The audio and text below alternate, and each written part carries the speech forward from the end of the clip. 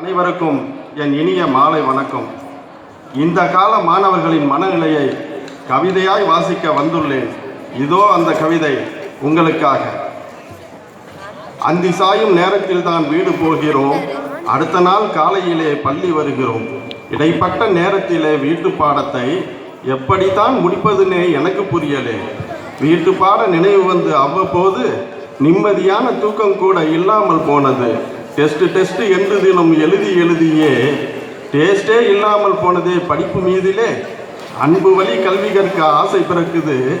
அடக்குமுறையை நினைத்து மனம் துன்பப்படுது. வன்முறையால் ஆசிரியர் பேர் வெறுப்பு வளருது. தேர்வு முடிவு வந்தவுடன் ஏனோ கொஞ்சம் நேசம் பிறக்குது.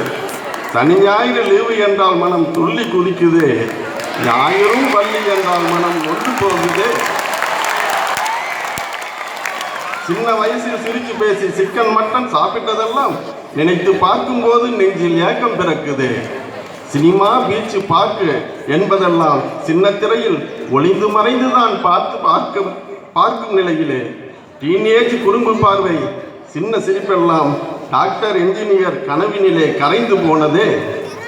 ஓடி ஆடி விளையாடுவர்களாம் அந்த காலத்தே, உட்கார்ந்த இடத்திலே சில்லில் விளையாடுகிறோம் இந்த காலத்தே. வாரம் ஒரு விளையாட்டு பாட வேலையும் வழிப்பறி செய்து விடுவர் பாடாசிரியர்.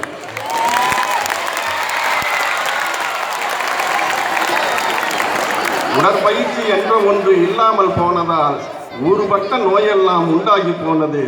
மதிப்பெண்ணை நோக்கியே பாடம் நடக்குது. எங்கள் மன எண்ணத்தை புரிந்து கொள்ள யாரும் இல்லையே.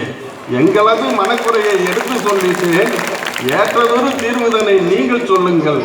நல்லதொரு வாய்ப்புக்கு நன்றி பாராட்டி விடைபெறுகின்றேன். நன்றி, வணக்கம்.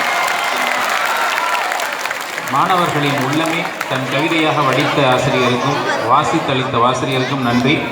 இந்த கேள்விக்கு என்ன பதில்?